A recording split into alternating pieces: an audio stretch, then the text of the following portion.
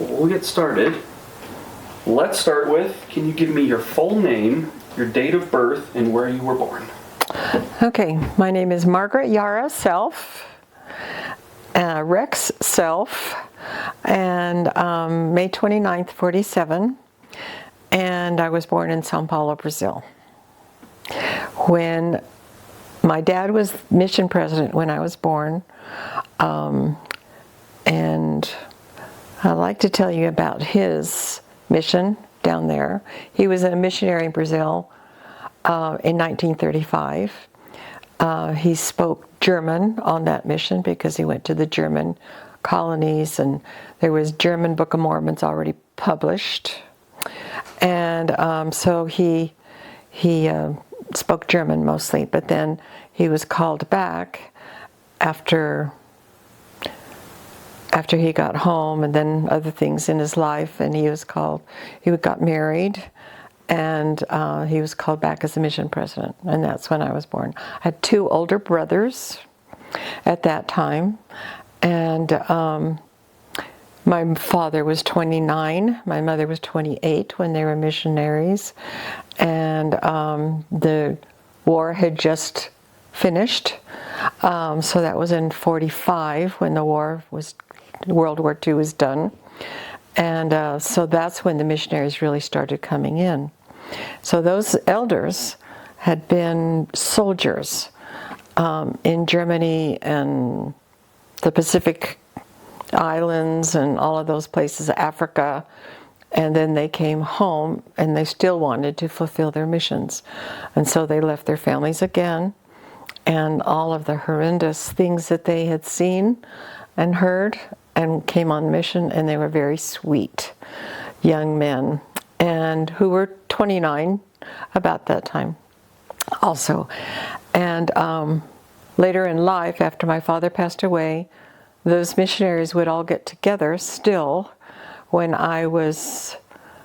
when Diana was born in 1980 or something like that, and my father passed away, and I was able to take my mother to those missionary reunions, and they would say how wonderful it was that to see me at that age, in my 50s, that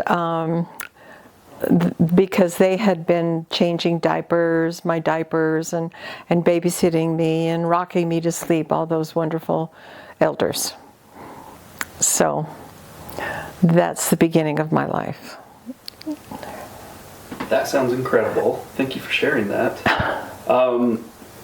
What is one of your earliest memories? I know you just gave me all that, but... Yeah. Well, one of my very earliest memories, I don't remember anything in Brazil.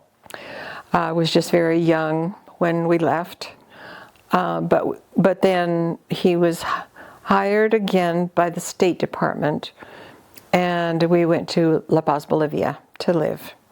And there's lots of Incan ruins all over the mountains out of La Paz, Bolivia.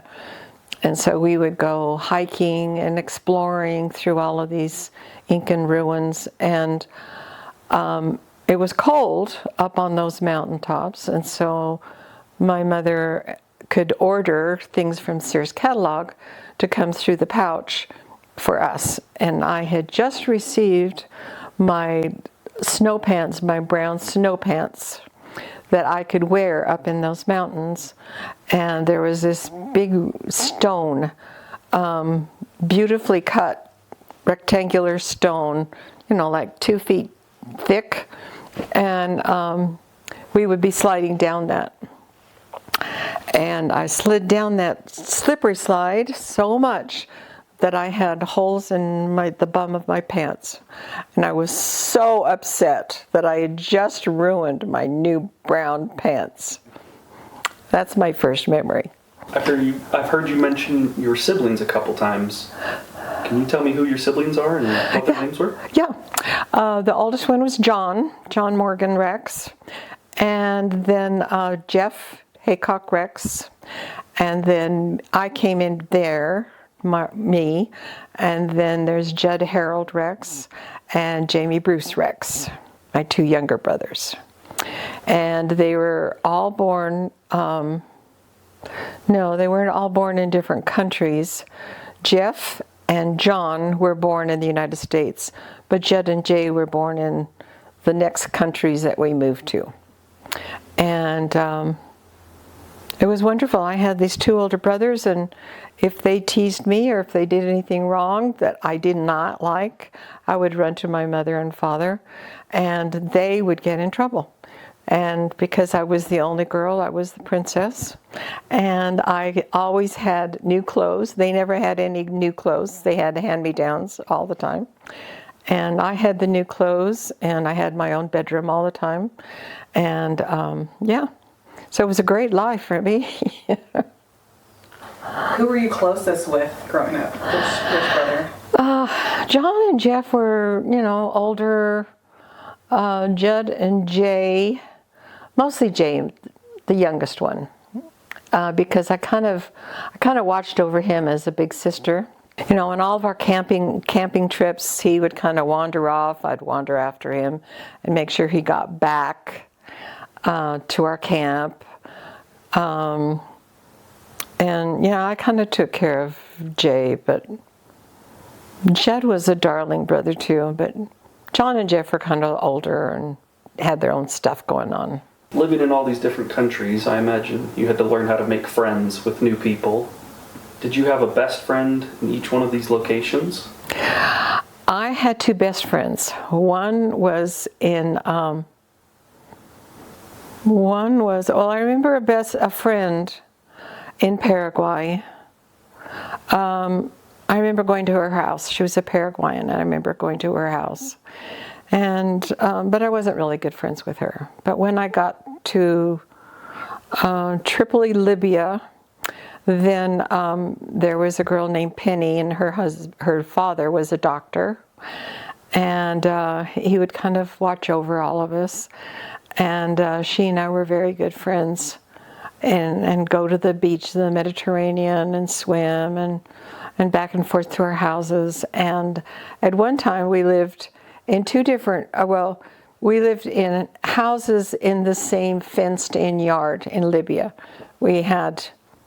Because Libya is near the Suez Canal at that time, it's now close to the Suez Canal, but there was rioting and unrest in Libya when we lived there.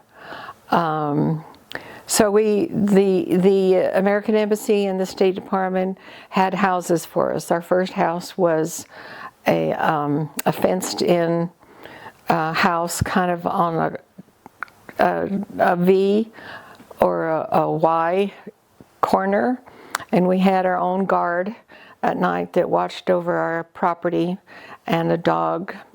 And she would bark and get mad at whoever. But then we moved closer to the Wheelus Air Force Base, and that was two houses fenced in together, and there was a bomb shelter between the two houses, so we could go down in this bomb shelter and have Halloween parties and things like that, or if we needed to go into the bomb shelter for safety, but we never had to. But we did have our bags packed all the time in case we had to leave. So that was Penny. And then when I got to Bogota, Colombia,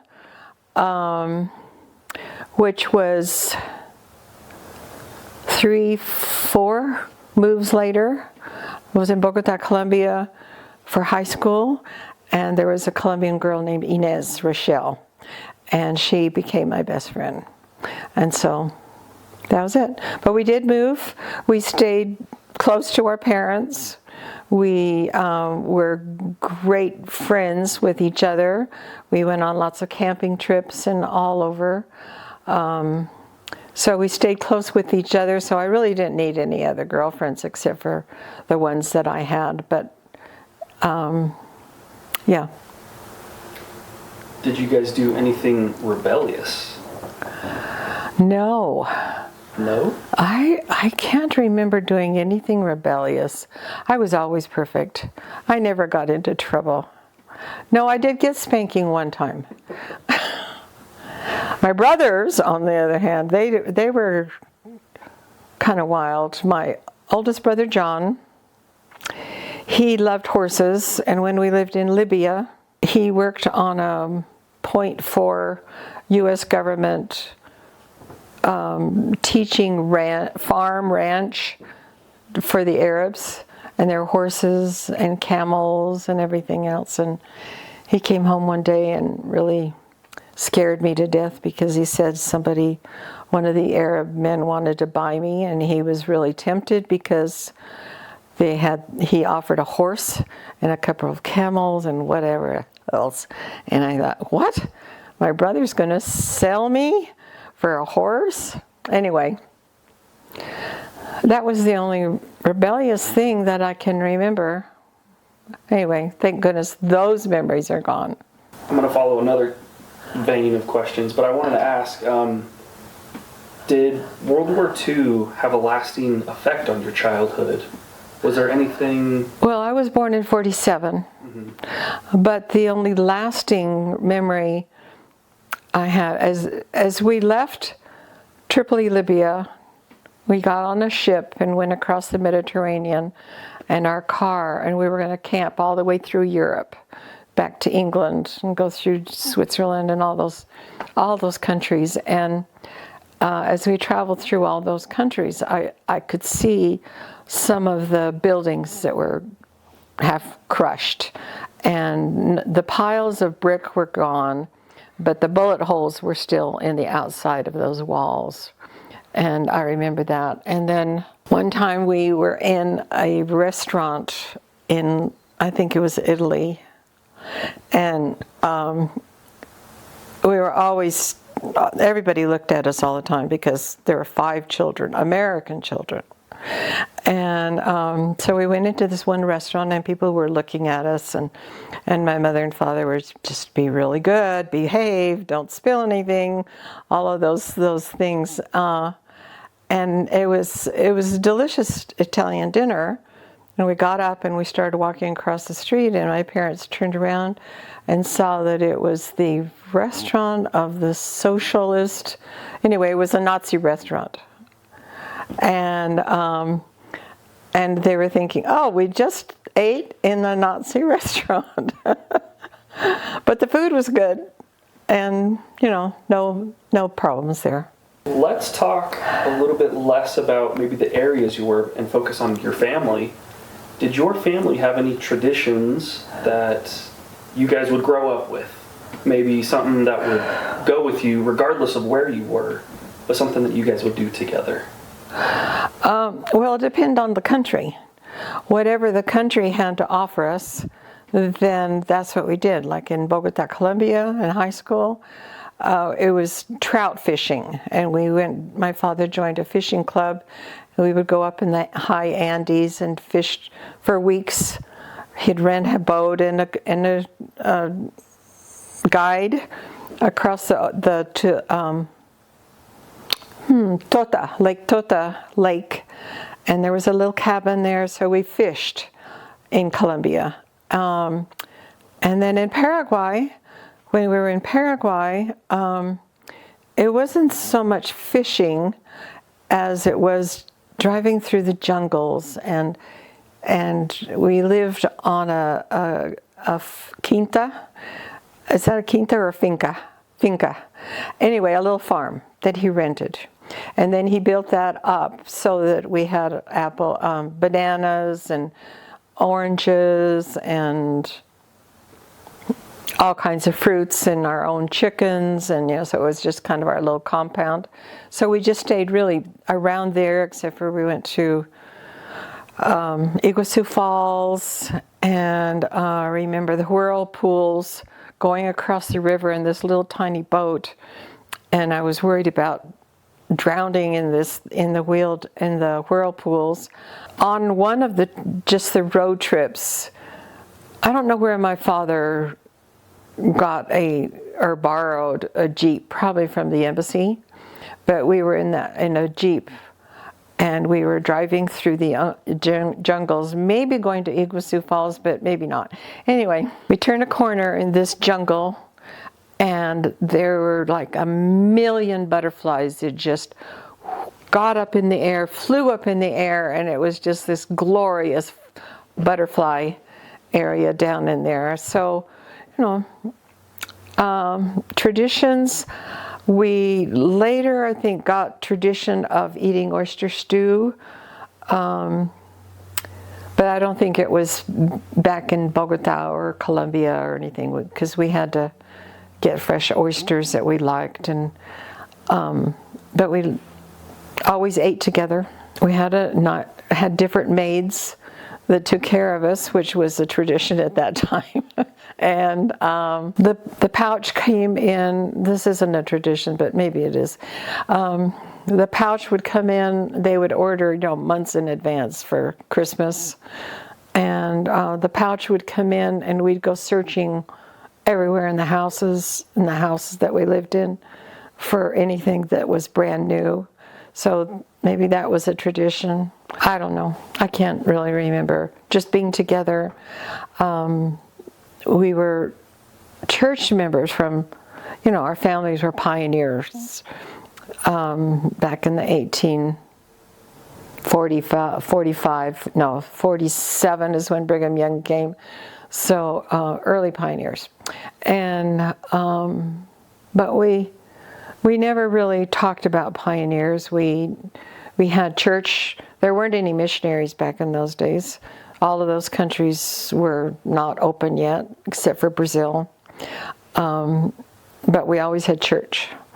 And we had a little Sunday school in our living rooms, so maybe that was one of the traditions. We were taught and reinforced all the time that we were Americans. We behaved like Americans. We valued America. We were taught to have a strong family, and that we loved each other.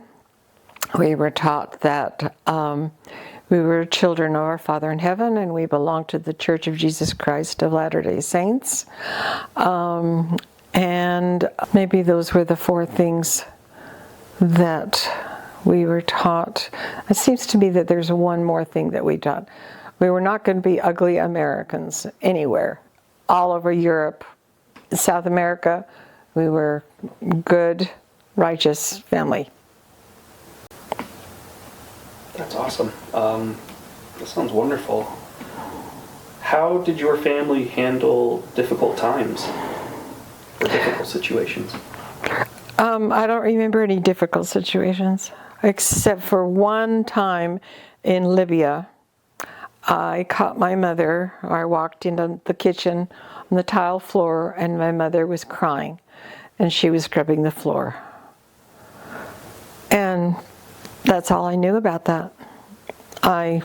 Libya we had our bags packed, but I wasn't really afraid. I could see the Arab men with their machine guns racing down the street in front of our house, but we had a very high fence.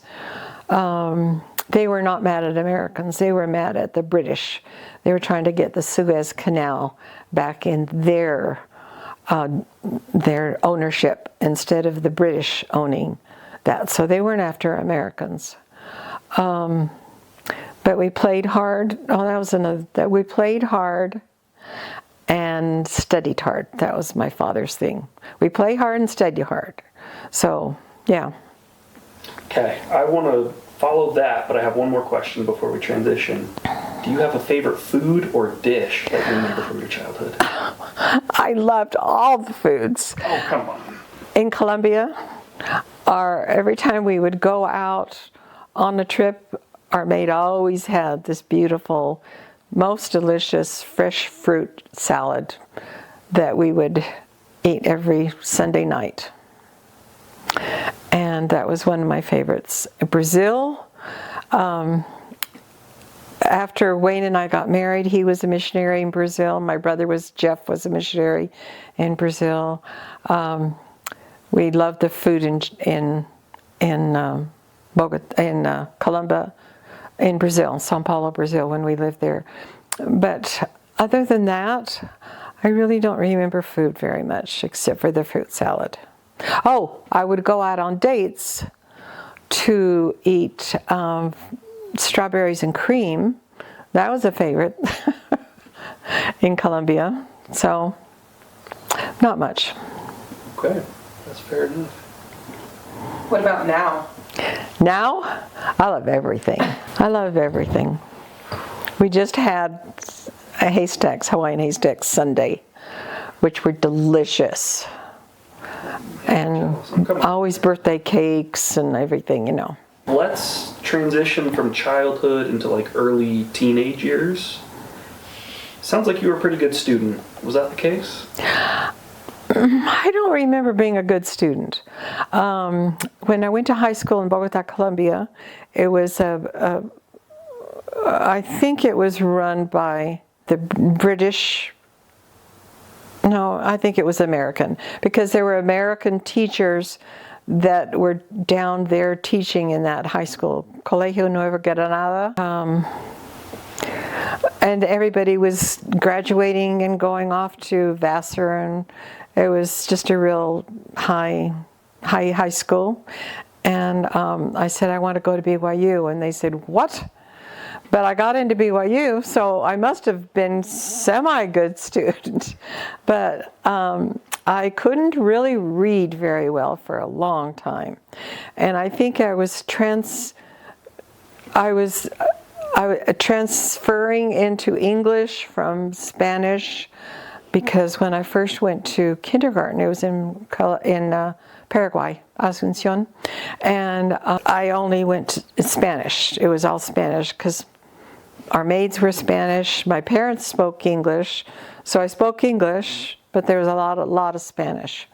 And the gardeners Spanish, everybody was Spanish. So I went to Spanish little kindergarten, and then then there was an British school opening up for the English. And so my parents transferred me into the English school, and I remember walking into the first grade in this school and just being terrified because they were all speaking English.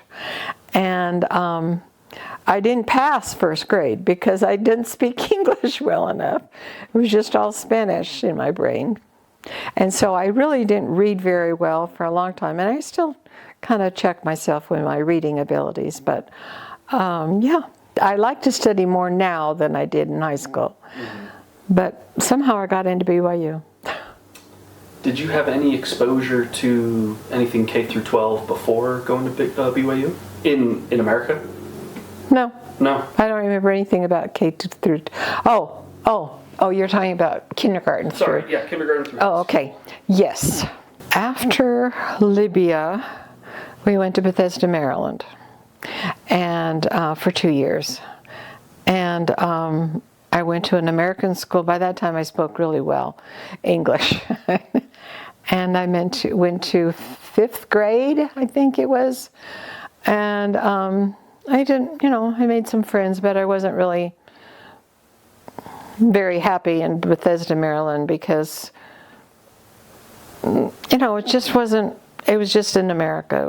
Wasn't that exciting for us, although we did on little road trips and things like that, but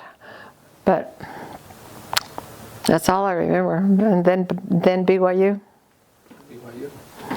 You lived in Salt Lake for middle school. 9th grade. 9th grade. Yeah. Oh, let me tell you about that. 9th grade, am I still going? 9th grade, between Bethesda, Maryland, then we were sent to Trinidad, Tobago. It's a small little tropical island just off the coast of Venezuela. And it wasn't grades. We were all, I had a teacher, but I guess the high schooler for my older brothers, it was just all, what's it called when there's a teacher, but you have a book that you go through the book, and you have correspondence. It was a correspondence school for my older ones, but I remember having teachers and moving to this in Trinidad. But then, what was I going to say about that? 9th grade. 9th grade. Oh, 9th grade. Okay, 9th grade. Salt Lake City, Olympus Junior High. I was terrified. I was absolutely terrified because it was after Trinidad, and Trinidad on that naval base that we went to school in. It was just a small little teeny school, and there weren't a lot of kids. And I got to Olympus Junior High, and there were 1 million kids in that school, and I was just terrified. I didn't speak to. I don't know how I even passed that grade, but I had 2 friends that were in my same ward, and they kind of hooked on to me, and they pulled me through that 9th grade year. But I was just terrified with everybody. And when I would come back to the States after 2 years, we would come back and visit grandparents and relatives and everything. We would. This one time we stopped in New Jersey where I had an uncle and aunt and cousins. And the cousin was going to go out and have to the hamburger shop and with all of her friends from school, and they all had their cars, and they were just and this must have been in the 50s, 56 or something like that. Anyway, and she wanted me to come with her because I was her same age. And so I did, but I was just terrified. It just horrified me that these kids were away from their families. They were just there having their hamburgers and milkshakes, and no one talked to me, and I didn't want to talk to anybody. Finally, she said, okay, let's go home. So we went back to her house where my family was. But so as I got married, when I got married, my husband was Elvis and all of that. And I had no desire to have anything to do with Elvis. He kind of took me to the drive-ins, and he got me into Elvis. But I was into Colombian. So as far as being around American kids, it was hard on me to be around so many American English-speaking kids versus my Colombian friends through high school and other native countries. As you were growing up, did you have a favorite style of clothing or style of fashion that you would wear or do? No. No? No. There was no, Sears Roebuck came in handy, but my mother wanted us to dress like Americans.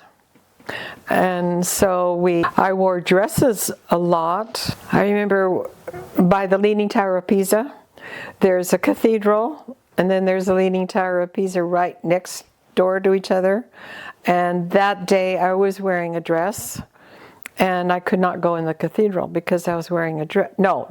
I was wearing shorts. I was not wearing a dress, so I was wearing shorts. So I had to sit on the grass waiting for all of them to go into the cathedral. My mother was wearing a dress. But I could go up the Leaning Tower of Pisa, walk all the way up, which I'm not sure you can do anymore these days. But yeah, another day, speaking of what I wore, before we went on that trip across Europe, camping out, they had beautiful camping areas with showers and not washers, but where you could wash your clothes, and my mother would hang the clothes out. But she was so thrilled because before then, in Libya and in Paraguay, we had maids to do all of that. So she was worried about doing that, washing clothes, and how was she going to iron the clothes because they were all cotton and everything else. Seersucker. Sears had seersucker clothes, and with seersucker clothes, the material, you can wash them and then you just hang them up and they just dry.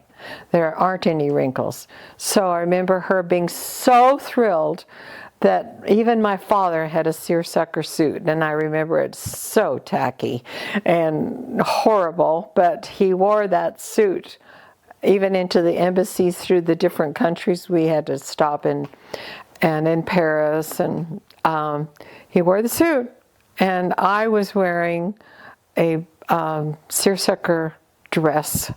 And on the top of the Duomo in Milan, Italy, there's a picture of all of us sitting on the roof, on the tiles of the roof of this big cathedral, and I had on my dress. And, but I did wear shorts. In Libya, I dressed like an American girl, so I had culottes and t-shirts and things like that.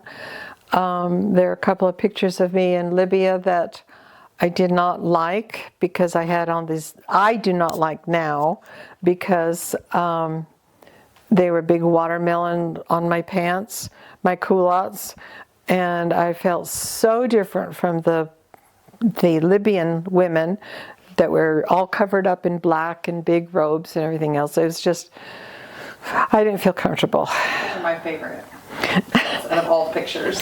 Goodness. When you came back to the States for high school, do you remember, did you have a favorite food then? Or was there a food that stuck out to you? During high school or when at BYU? In high school, when you came back to let's see. No. No? No. We ate hamburgers. I guess we did. I don't remember food. I don't remember pizzas, you know, all these things that we eat now. I don't have any memory of any of that food. And especially the hamburgers at the hamburger shop with my cousin. That was not a good place for me. And then, forgive my ignorance, but it makes me think of poodle skirts, the era you're kind of describing. Is that No, you know what? I was not into the poodle era because in high school, I did not like the American kids. They had their rough parties, they drank, and they swore. They were just the diplomat children, army children that went there. There were Colombians that I really liked, and I stayed with them. So I danced all night long with my Colombian boyfriend, Johnny Whitehead, who was a great dancer. And I remember coming home in the morning, and the next day, or that day, we had to pack up really fast and get on the Braniff airplane to come back to the States. But I had to go to my party the night before so I could dance with this Johnny Whitehead all night long. And it was just always so fun being with the Colombians, and they were always respectful of me. And I would go to the bars because that's kind of what we did. But they would get me a Coke or something like that, and they were just always respectful to me. So even then, you know, finally when I got to BYU, I still don't remember any foods. Okay. That's totally okay. Let's jump into BYU time frame and what that looked like for you. Okay. What did you want to go to school for? Do you mean to study? Yeah. What? I majored in interior decoration. I don't know. It was always the thing to do, was to go to BYU. That's where all the Americans were, and if I was going to get integrated into the United States, I wanted to go to BYU. But when I got to BYU, there were so many church members and so many kids. But my friendship was kind of narrowed down to my dorm friends that I was in Deseret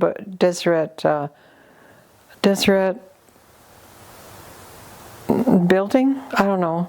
Anyway, I was in the dorms. And there was a cafeteria. And so my dad bought me a cafeteria ticket, and I got to be able to go in that cafeteria and eat. But my older brother Jeff, who had gotten home from his mission, didn't have a ticket. So he would come and eat. I invited him to eat off of my ticket because there was way too much food. One of my roommates was Joette. She became my sister-in-law. She married my brother Jeff, And at that time, my husband Wayne was Jeff's roommate. So we just kind of switched roommates and have always stayed really good friends. She would always eat blueberry pie, and we would walk down to the school, the classes, after lunch, and she would smile with her blue mouth and blue teeth. And it just drove me crazy that she would do that. But yeah, I don't remember food very much. Can you talk to me about what was the most pivotal decision that you made in your early 20s?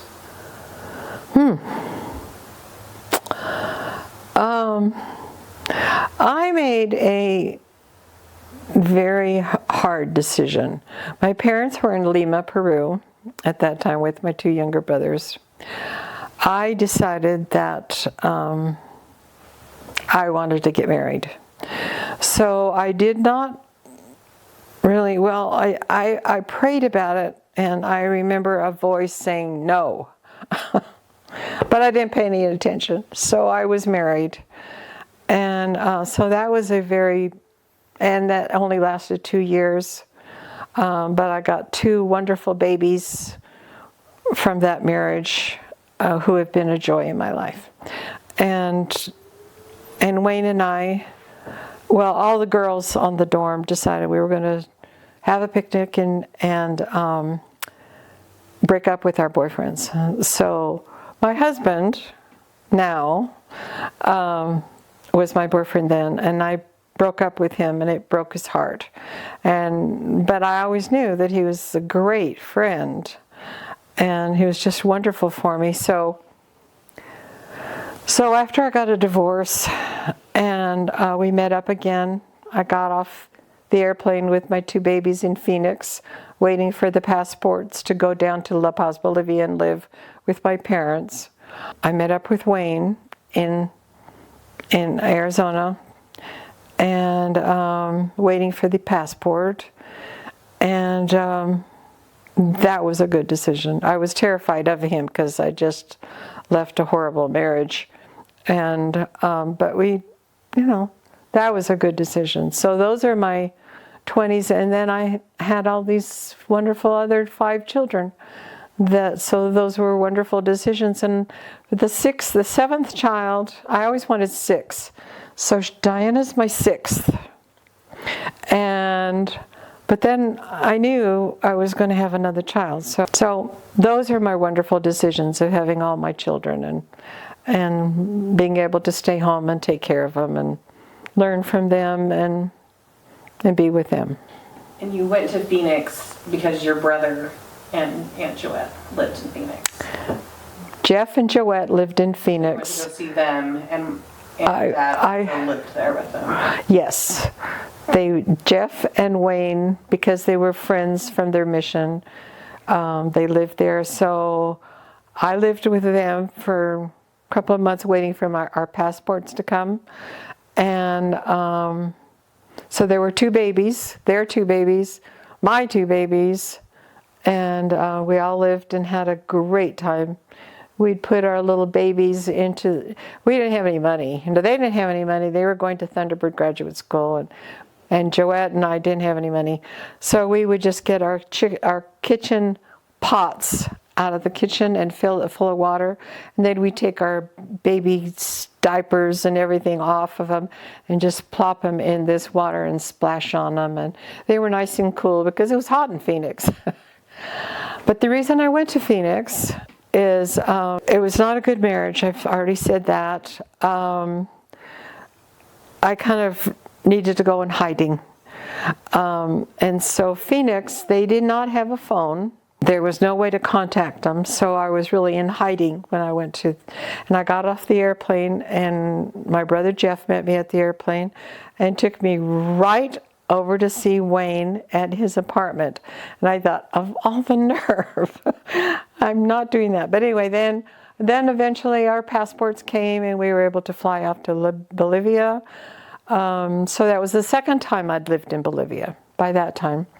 And I lived there, and I did some substitute teaching, and I had a couple of maids there to help me take care of the babies, and so I healed up really well. And Wayne kept writing me, and I'd write him back, and because we knew each other, and we were already good friends. Then when I got to Phoenix, we all went to church together, and it just he fell in love with my babies. And it just kind of developed. So one day in La Paz, after Thanksgiving and a Christmas there in La Paz, he called me up and said, "Why don't you just come up to the States? Come back to the States and let's get married." And I said, "Okay." So that was a good decision. Sounds like that. That sounds incredible. How did you personally navigate uncertainty during all that time? I don't know how I did that. I just did it.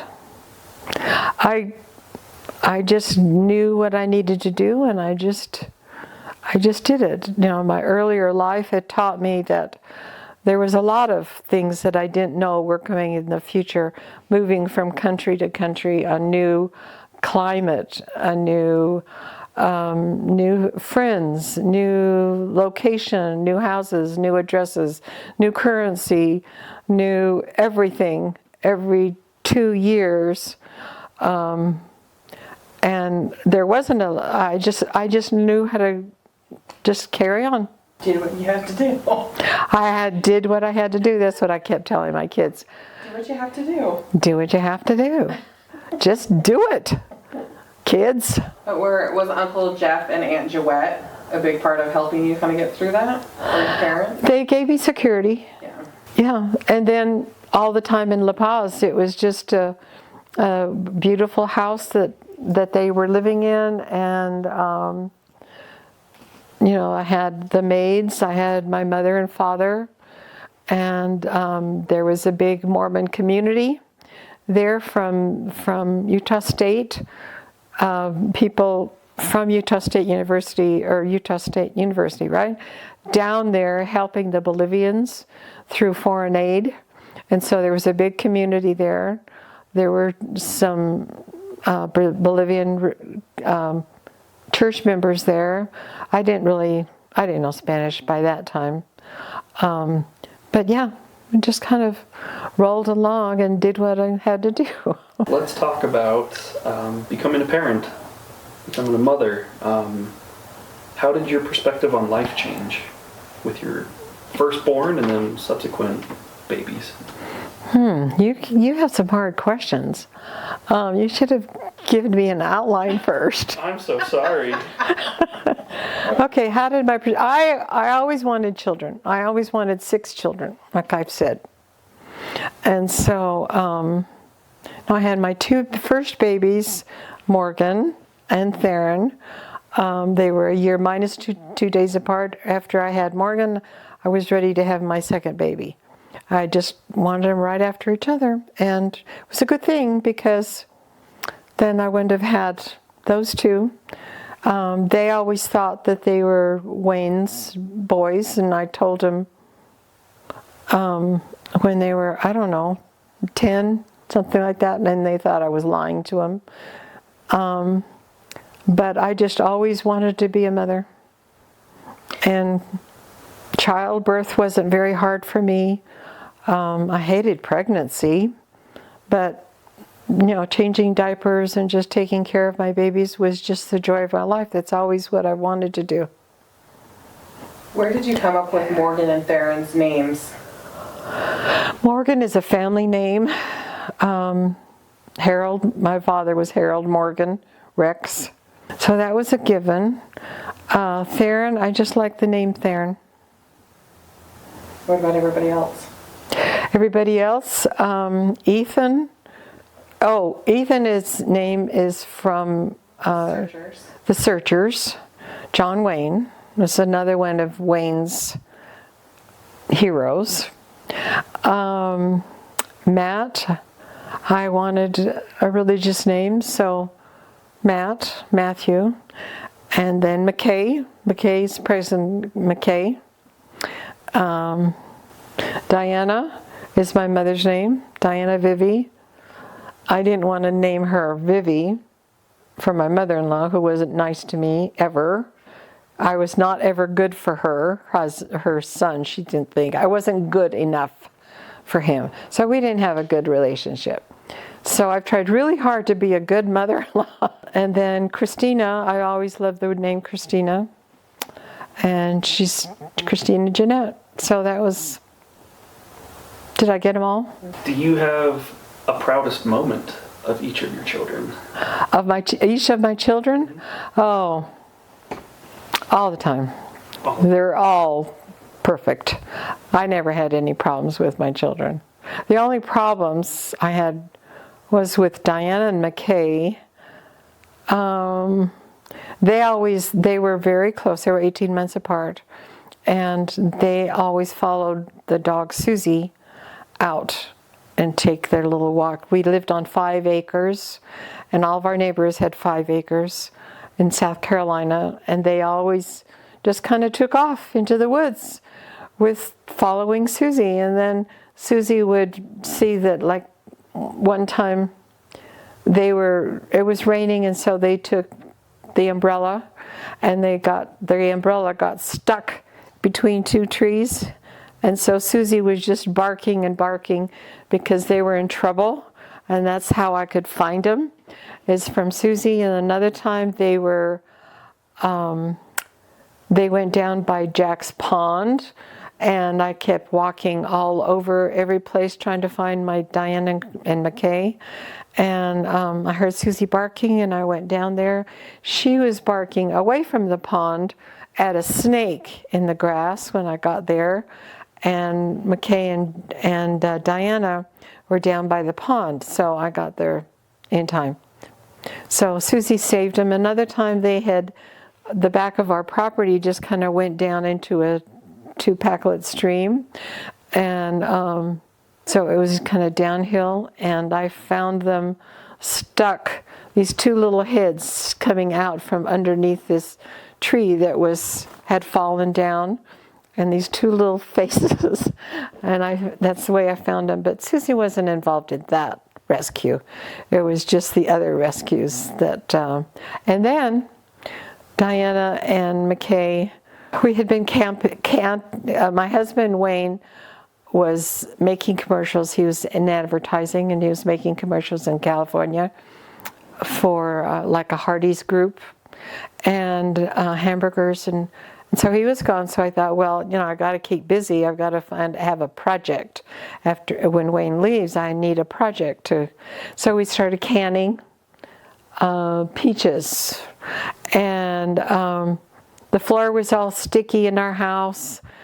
The air conditioning wasn't working well enough. It was hot in South Carolina, and the day before of the first day, McKay and Diana, I think they had plugged up the master bathroom sink. So the floor was all flooded. The carpet was all pulled up. Morgan and Theron helped me, and Ethan helped me pull up all the carpet, tried to dry out the carpet. And those 2 little kids had found the baby powder, and they were on top of this wet carpet, shaking the baby powder all over, and we have a fabulous picture of that. So, and every time they went into a room and just were playing into one of the bedrooms, like Diana's and Christina's bedroom or Diana's bedroom, everything was out of the cabinets, the dressers, out of the closets. Everything was just all over, but they had a wonderful time. So, and the boys, they would just ride their bicycles out. We had 5 acres of woods, and they would just ride their bicycles and build forts, and just had a wonderful childhood in that time. I'm incredibly jealous. That sounds like a really cool upbringing. Can you tell me about some of the sacrifices that you had to make as a mother during that time? Sacrifices. I never considered anything sacrifices. We didn't have very much money. So maybe the sacrifice of not having enough money, I really concentrated on my sewing. I made all of them clothes and learned to smock and embroider for my 2 little girls. So that turned out as a blessing. My mother, because of her upbringing, and mine, I never canned or did any of those home things that my cousins all did. So I learned to can there. I did a lot of canning and all of that. So I don't remember any sacrifices. About living in South Carolina, was that a sacrifice? Living away from? Well, yeah. I didn't like. It was hard living in South Carolina because I was the Yankee mom of the whole little town that we lived in. Every time I would take my kids and say something to my little kids in the grocery store, then they would all look around the kitchen counters, the display cases, to see, oh, it's that lady again, and she's also a Mormon. And so I guess that was sacrifices. Anything else? Did you have any friends or close friends In South Carolina? as a parent? As a parent? Yeah. No, Wayne and I just kind of stuck together.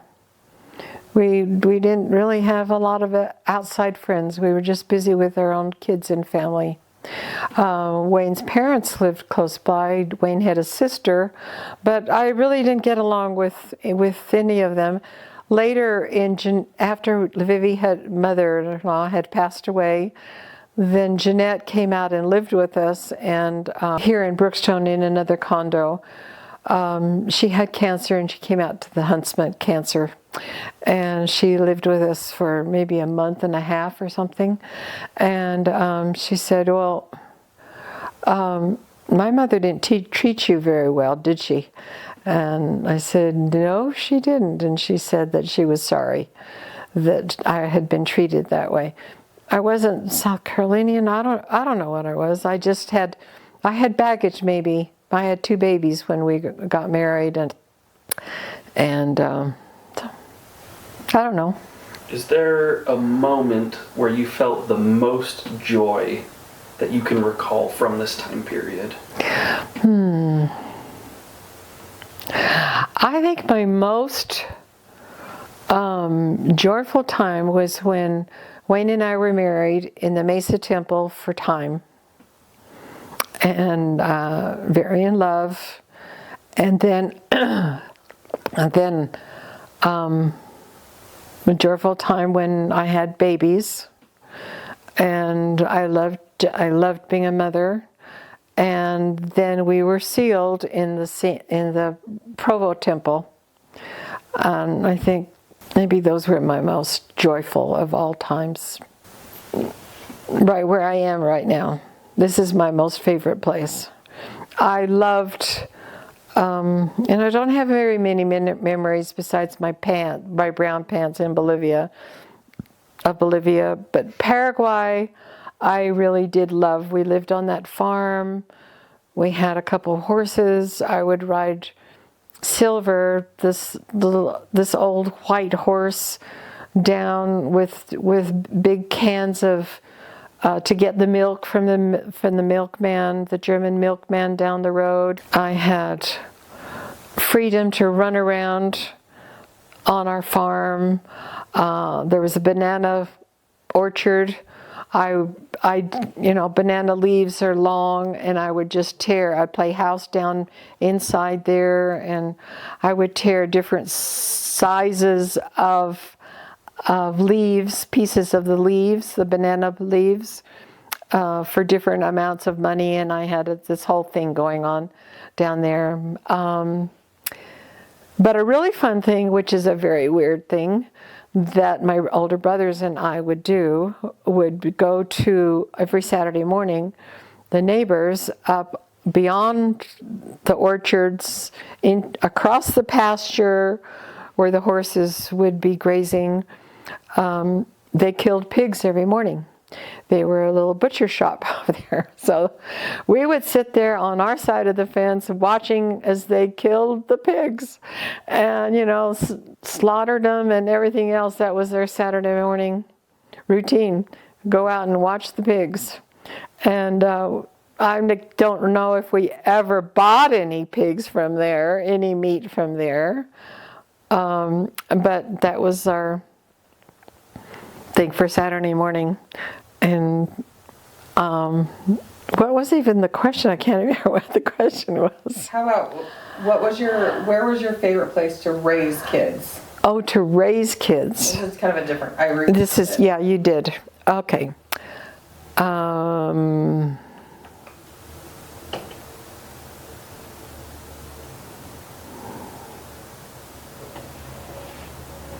Well, we lived in São Paulo, Brazil, with Morgan Theron and Ethan, and they went to school in a Brazilian school. That was fun. We lived on 5 acres in South Carolina, which was lots of fun. That was a great place to live. Lots of fun, freedom for the kids, except for when the boys up the street started picking on my 2 older boys, Morgan and Theron, on their bicycles. I think it was Morgan came racing down on his bicycle to come and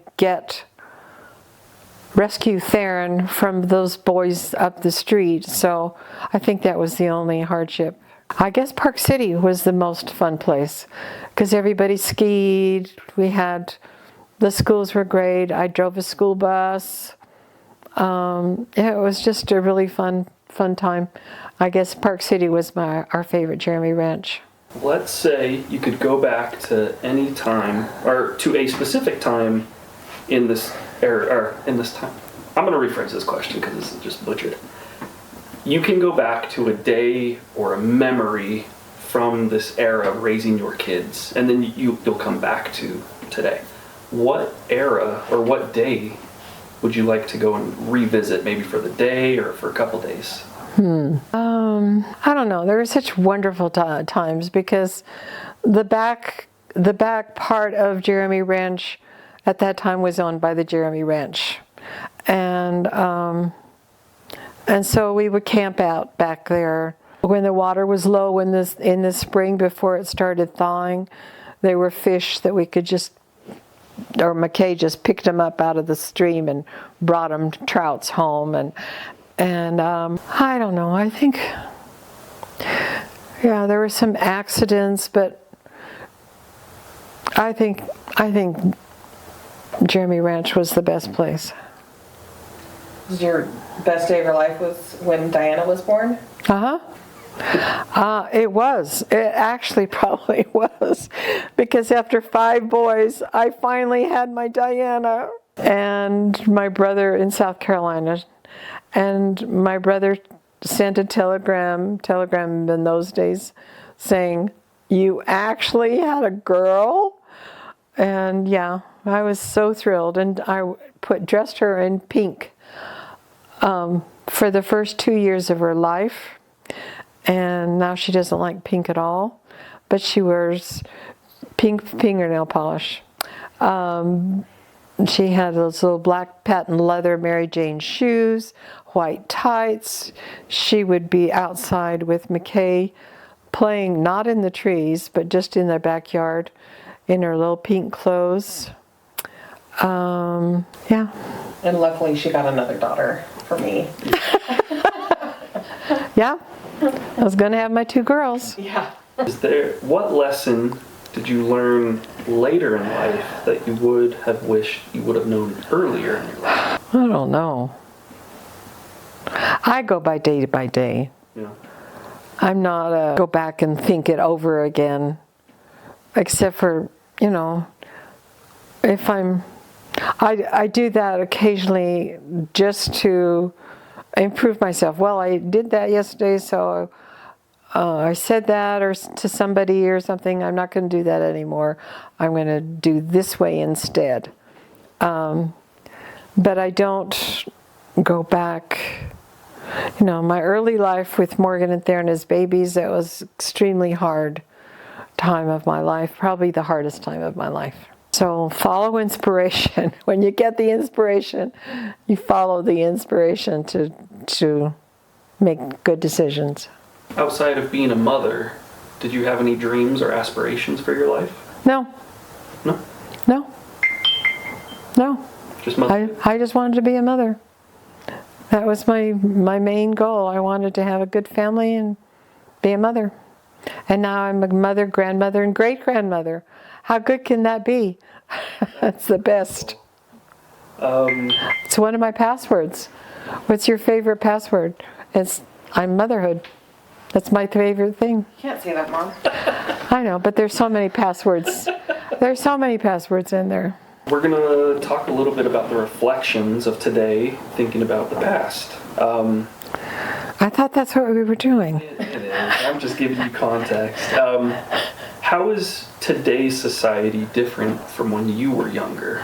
Oh, when I was younger, there weren't any drugs. I never was introduced to any drinking or anything like that. Whereas, and bad words. We didn't say bad words. I don't remember having to tell any of my dates, don't say that or anything like that. It was just a calmer, peaceful, more peaceful time to be living.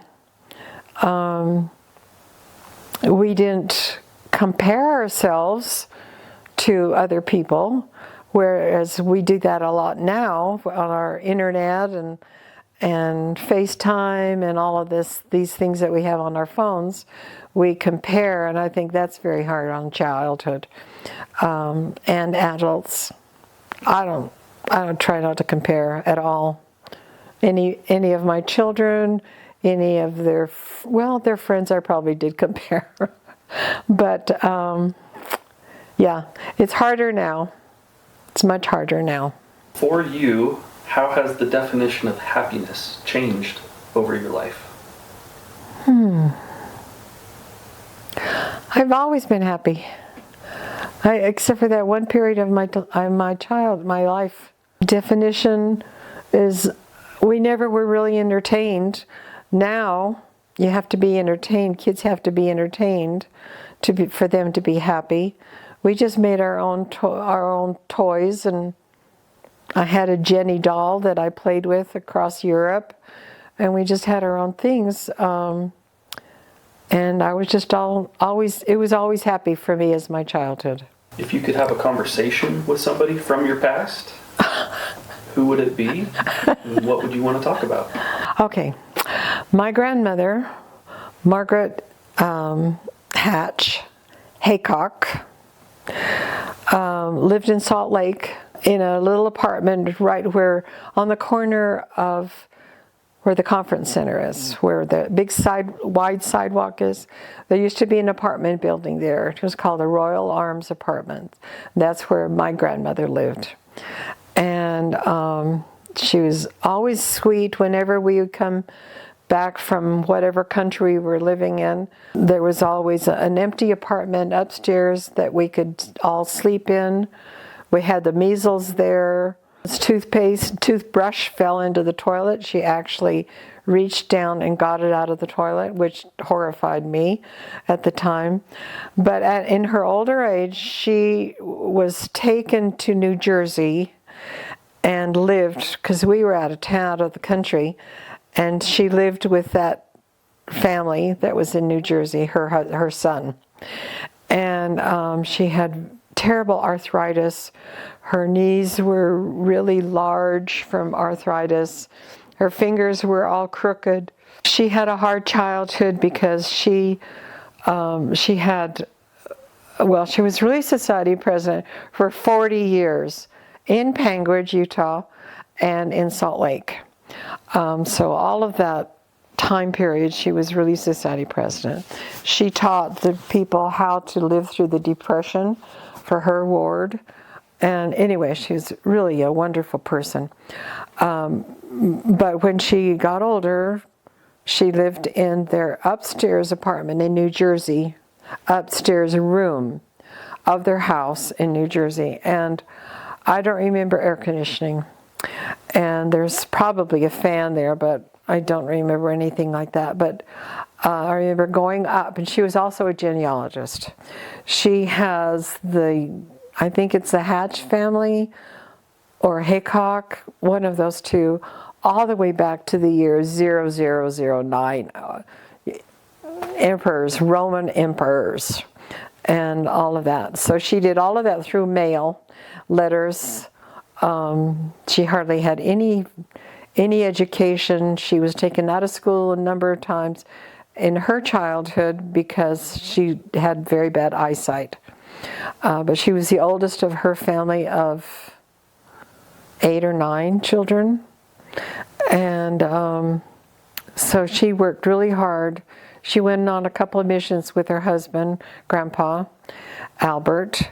And but one time when we were there visiting with her, this must have been in my high school years, said, I really want to help you with genealogy. I was starting to get interested in genealogy, and I said, I really want to help you.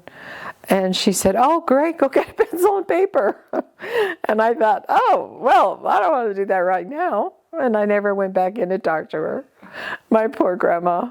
And then she passed away there. So she would be one I would really want to go talk to, how she ever did all of those things in her life. And yeah, she would be one I would want to. Is there a story from your childhood or early life that you've never told anybody that's notable? I haven't told you. No. I don't know. I keep trying to tell everybody everything so I don't have to remember it all anymore. I don't know. I loved, playing with in the banana.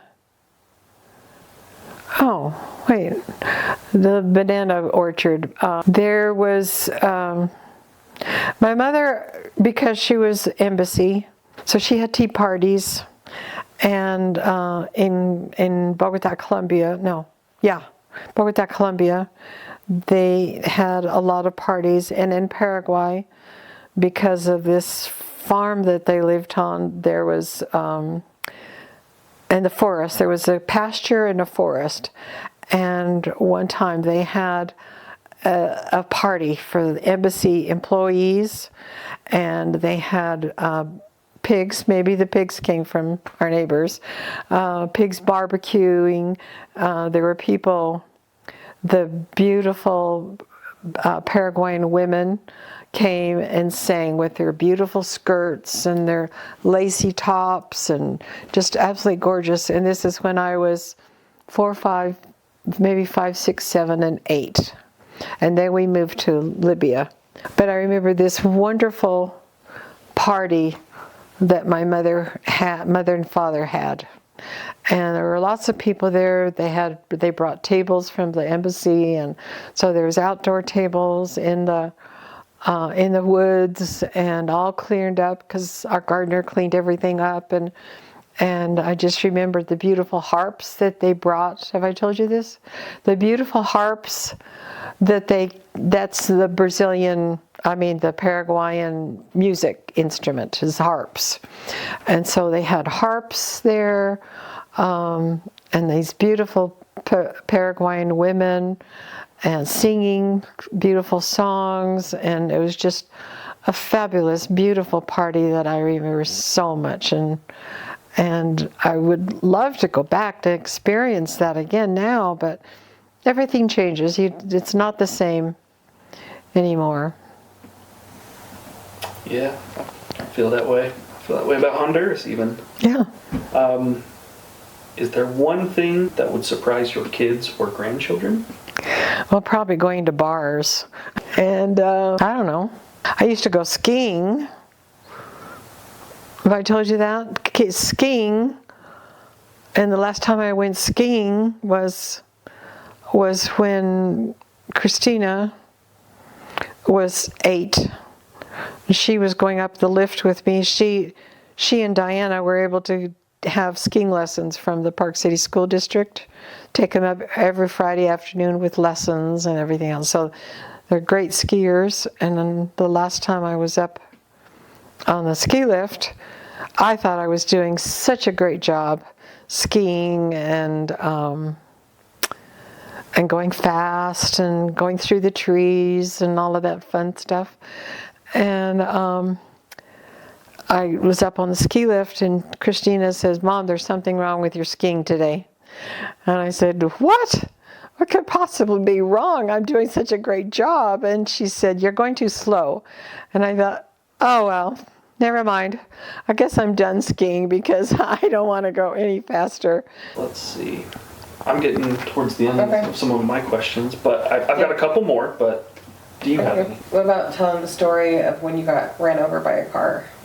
Oh, I'm trying to think of what country that was between.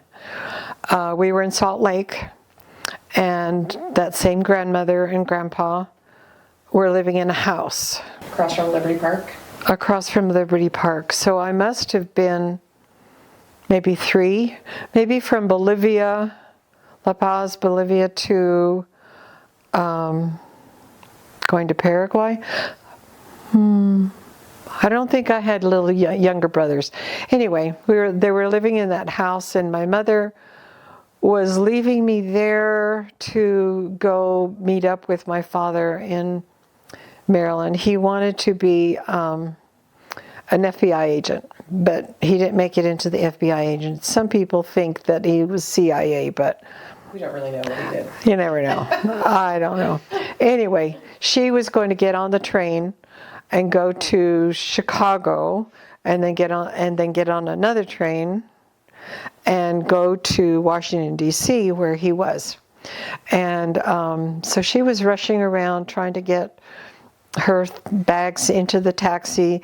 And there's this cute little house, and it's still there. I drive by it often.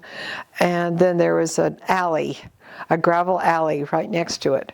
And so the taxi pulled into the gravel alley, and I thought, wow, there's gravel out there. I'm just going to go out and play in the alley.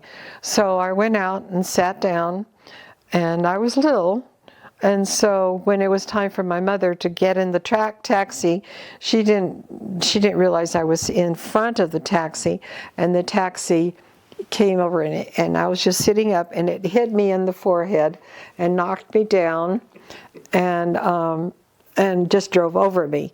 And when the taxi cab driver said, "Oh, that's your little girl," and so I don't know whether he pulled forward or went backwards. I don't know. But anyway, they picked me up, and this must have been, I was 47, and I was 5, so 50s, early 50s. And took me to get x-rayed, and the taxi cab driver was so upset my mother missed her train, and that was a big to-do. And the only thing I can remember that of myself was that I had dirtied my pants, and I was so embarrassed because everybody knew that I had dirtied my panties. The only thing that mattered. It was the only thing that mattered. I messed my pants up. Who's the most favorite person you ever met?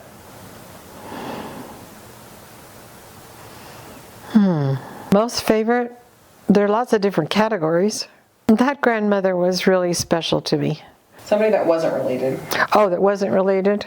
I told you about my friend Penny in Libya.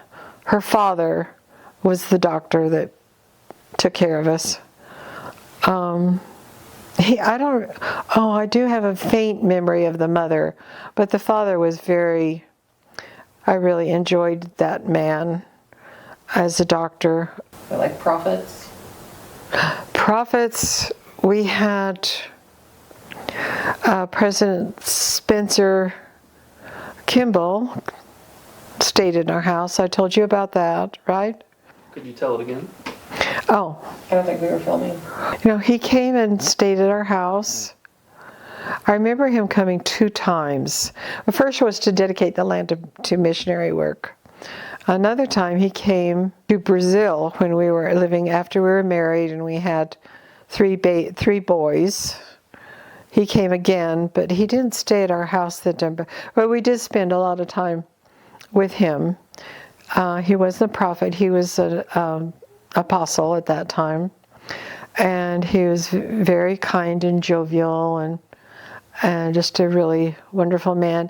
And my father tells the story of when he was in a van taking President or Elder Kimball to someplace, and they were in the back, and I guess it was close seating or something, but he reached over and grabbed my father's hand and said, "I love you, Harold Rex." And I thought that was really tender of him to know us that well. What was the relationship between your father and?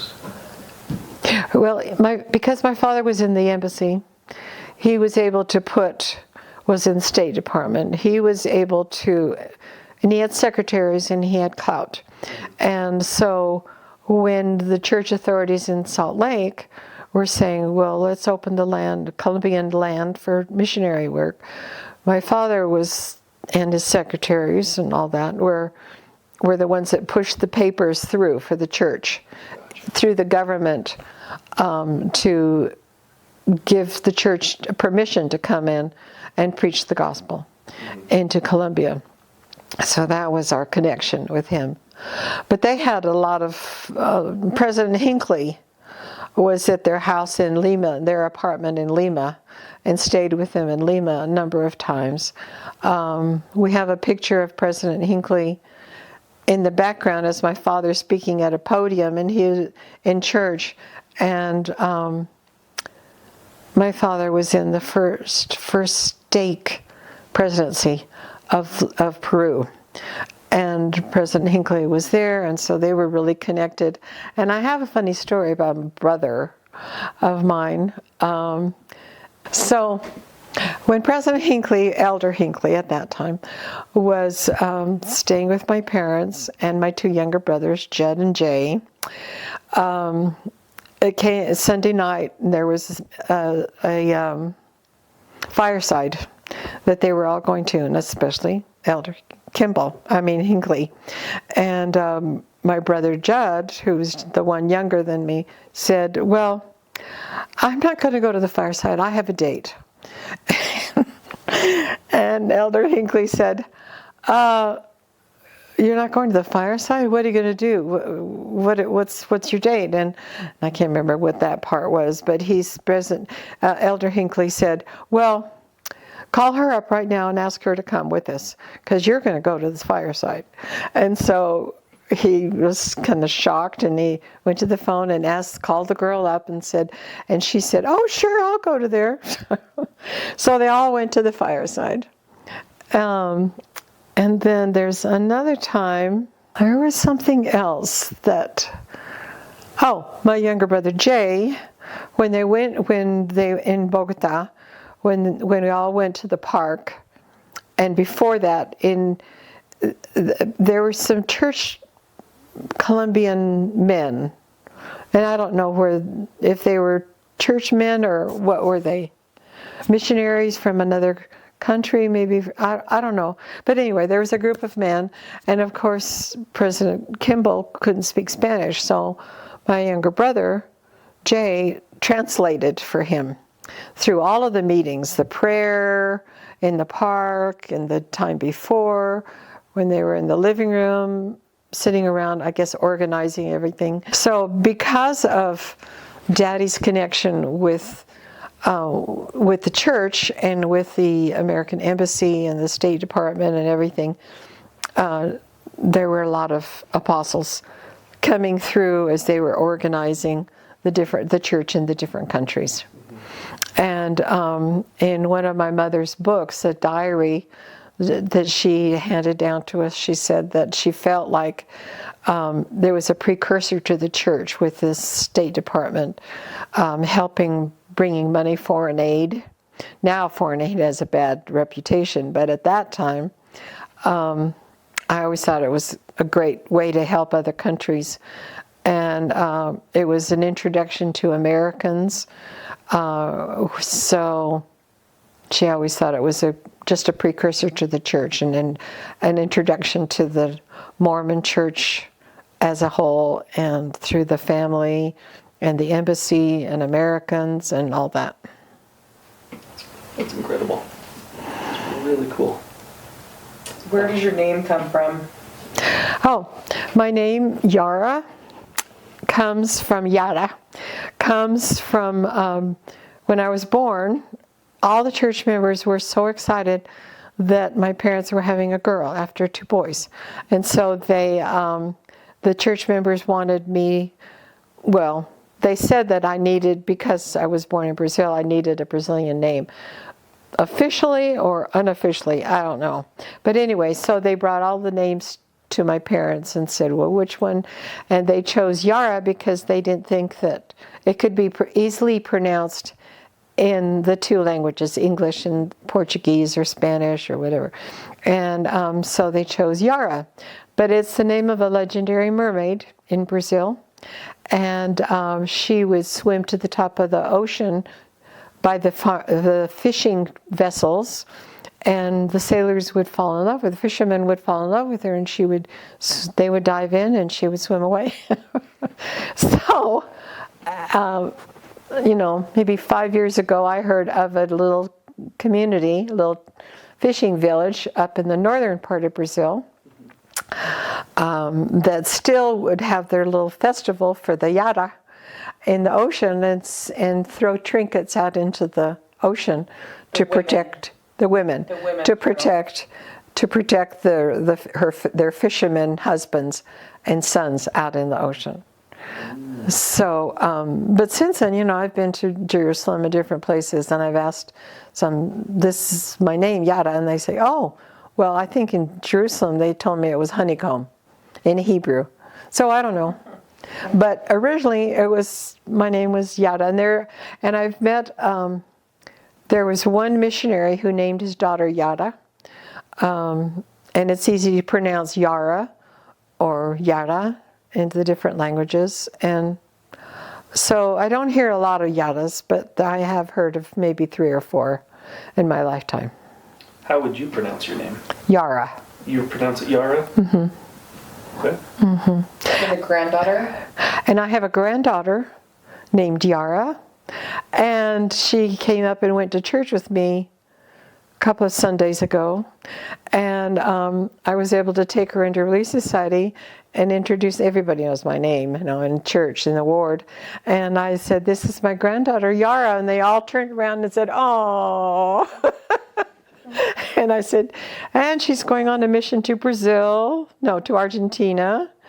And they went, oh. So that's very fun. And she loves to swim, and I always love to swim. So one of the famous family stories is you kept trying to put the kids to bed, and somebody kept... Oh, Tookman. Okay. So because there were 5 boys first, and I sewed a lot, and we ate at a kitchen table. There were enough places around the table, but a lot of the time my sewing machine was on that table because that was the only place to sew. So it was always kind of a mess. But and when Wayne would come home and see that I was kind of uptight about dealing with the 7 or 6 kids, he'd say, well, let's go on to a movie. And I'd always say, okay, let's take me on a date. So we'd go as I was leaving the house. No. I was trying to put Diana to bed. That's what it was. I was trying to put Diana to bed, and then we left the house. But I was trying to put Diana to bed before we went out. And I was giving her a bath, and then I'd come back in for some clothes or something, or diapers, and there was a little train set right on the floor in front of the bed. And I thought, okay, well, what son is putting this train set on the floor? And so then I'd pick it up and I'd just put it away. And then I'd go back into the bathroom and getting Diana ready, and then came back and there was a train set again. And so I was getting really mad. And in those days we spanked. And I had this wooden spoon because it would hurt my hand more than it hurt their little bums. And so I had a little wooden spoon. So I asked anybody, who's putting this train set down? I'm trying to put Diana to bed in her crib. And they said, Morgan, Theron, and Ethan and Matt said, not me, not me, not me. And McKay was just a little boy and younger. And so I said, okay, no one's fessing up to this, so just bend over, pull down your pants. And, I gave them all a little swat.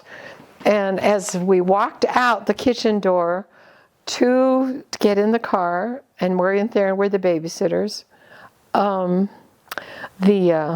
little McKay said, Toot Man did it.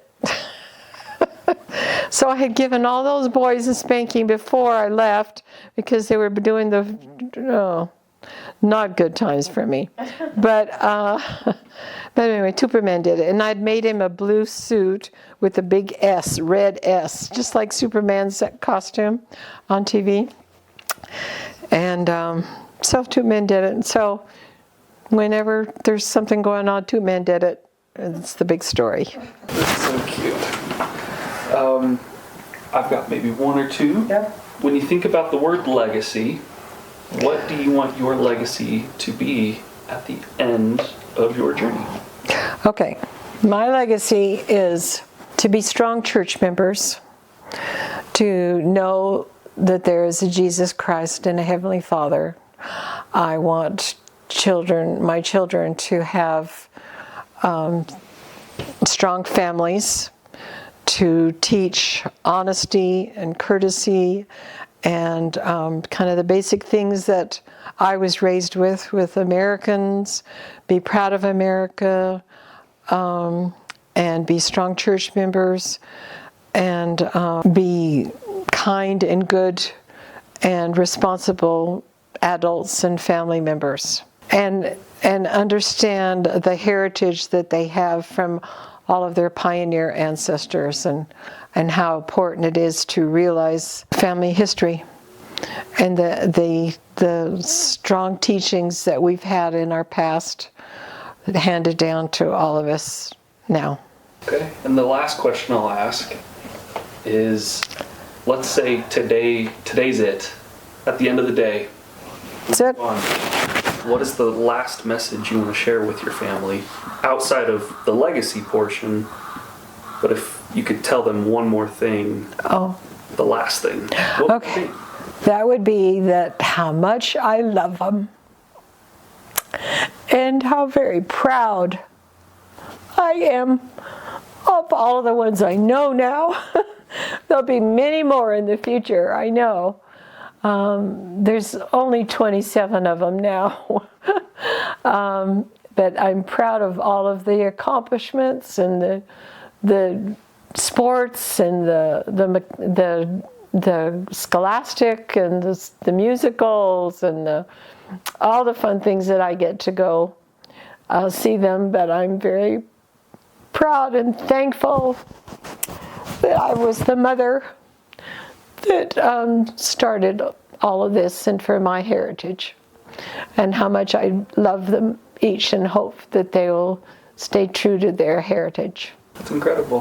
One thing I would have liked to have done with my mother-in-law, but let's end with, do you want to share your testimony? Well, I just kind of have, right? You kind of have, yeah. No. But one thing that Christina wanted me to say was how I met Wayne. We kind of said it. You can expand on that.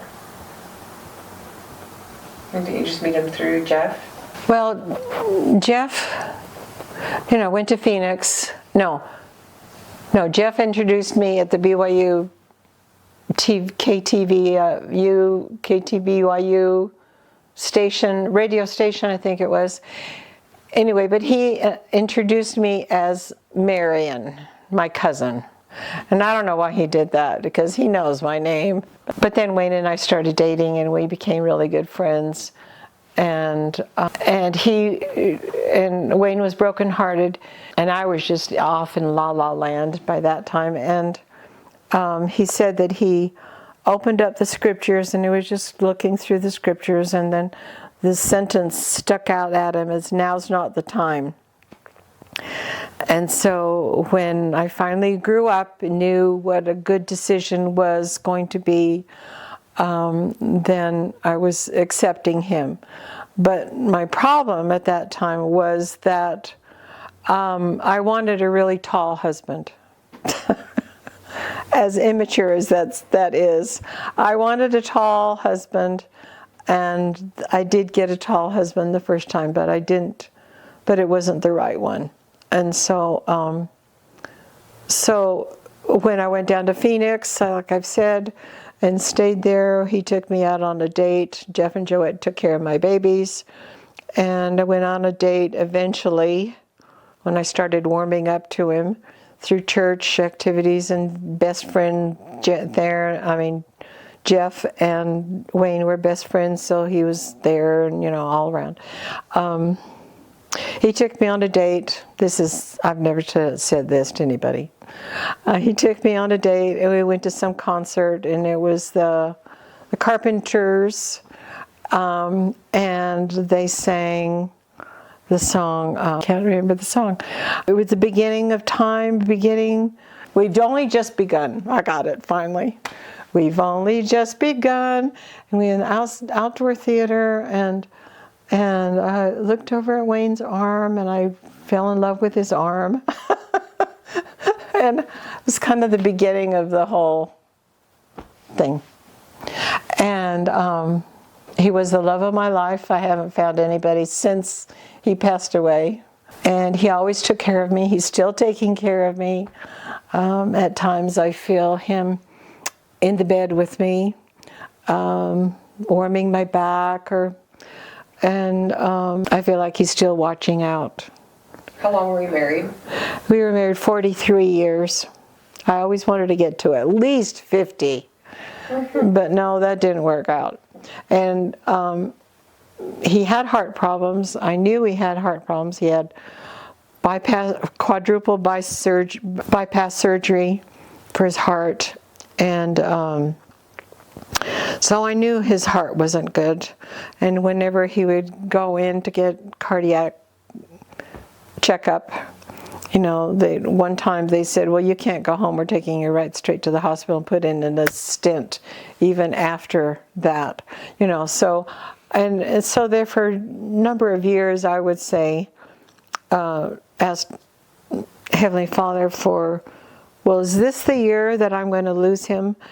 And it went on and on for years. And then finally, that same year, I remember asking, just kind of on the top of my head, not really thinking that, I knew anything, but the thought came back into my mind that this was the year. And then I just forgot about it, because who remembers things like that, And, yeah. So the stent twisted the wrong way, and he had a heart attack, and he didn't want to be buried in South Carolina. But he died in his favorite But place. he died in his favorite place at the beach at our condo, and in the hospital, that horrible hospital. Yeah. You're still at the beach. Still the beach. And he said, I don't want to die in South Carolina. I said, well, I thought you loved South Carolina. I do love South Carolina, but I don't want to die here. But he loved all of his family and his kids, and tried to be a really good father, and he loved everybody. How do you say llama? This is a very tender spot with me, because llama is a llama. Llamas don't exist. They're called llamas, right? And piranha are not piranhas. Piranhas are piranhas. But llamas just drives me crazy when people say llamas. People say llamas. Llamas, when people say llamas. Julie has a cousin has llamas, and I go, oh, it just sounds so bad, because llamas and they used to roam around the mountainsides in Bolivia, and then so I have tender feelings for llamas, the LL. And I think one time in Rex's or Kenzie's, one of my grandchildren's, I was telling them about llamas, and the kids said llamas, and I went, no, it's called yamas. And I always felt, oh, come on, I shouldn't have said that in this classroom. But anyway, you can edit that out. I think we might keep it, actually. Yeah. That's awesome. Your great grandchildren need to know how to say that correctly. Piranhas and llamas. A little comedy at the end, bring it home for us.